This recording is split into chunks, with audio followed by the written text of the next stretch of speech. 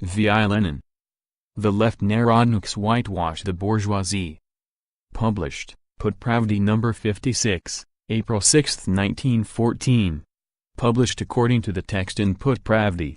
Source, Lenin Collected Works, Progress Publishers, 1972, Moscow, Volume 20, pages 213 to 216. As soon as the left Narodnik gentry pass from empty and general phrases about the laboring peasantry, phrases that have been worked to death and reveal ignorance of both the Communist Manifesto and of capital, to precise figures, we immediately see how the left Narodniks whitewash the bourgeoisie.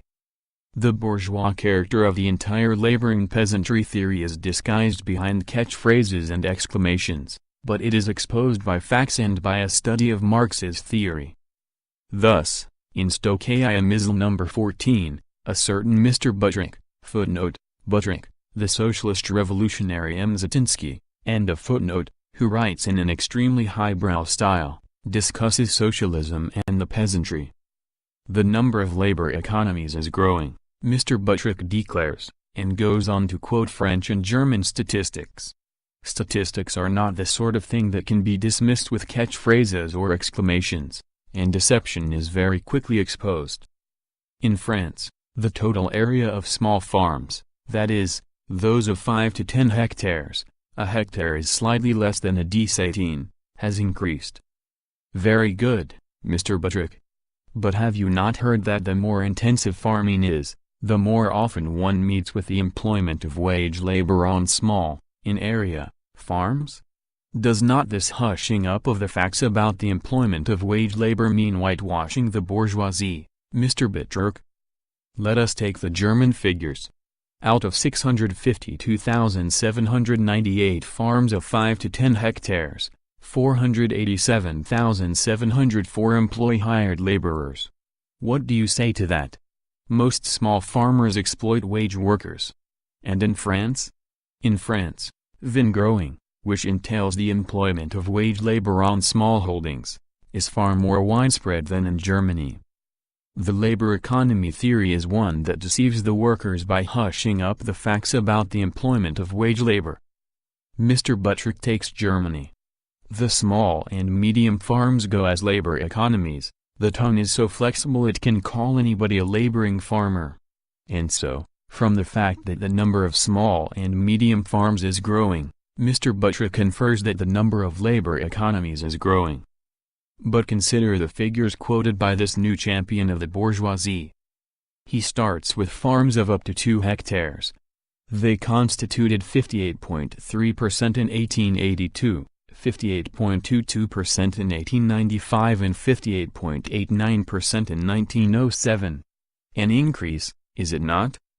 But our left Narodnik has hushed up the fact that this is an increase in the number of wage workers.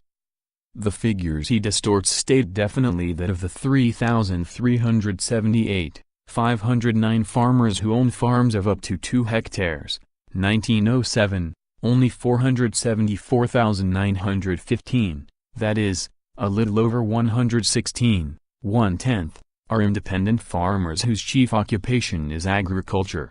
Most of them are wage laborers, 1,822,792.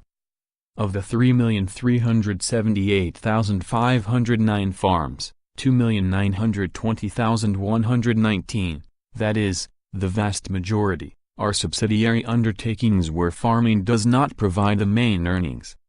One may ask, is not passing off farmhands and day laborers, wage workers, as laboring farmers a whitewashing of the bourgeoisie and capitalism?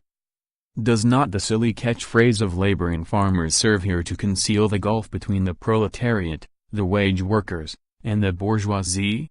Does not this catchphrase serve as a means of putting over bourgeois theories? To proceed. Farms from 2 to 5 hectares. These constituted 18.60% in 1882. 18.29% in 1895, and 17.57% in 1907. This is what Mr. Buttrick writes. What is his deduction? On that point he is silent. The deduction is, a decrease, not growth. It is precisely in this group of farms, and only in this group, that employers of labor, people who buy the labor of private individuals, and those who hire themselves out do not quite preponderate.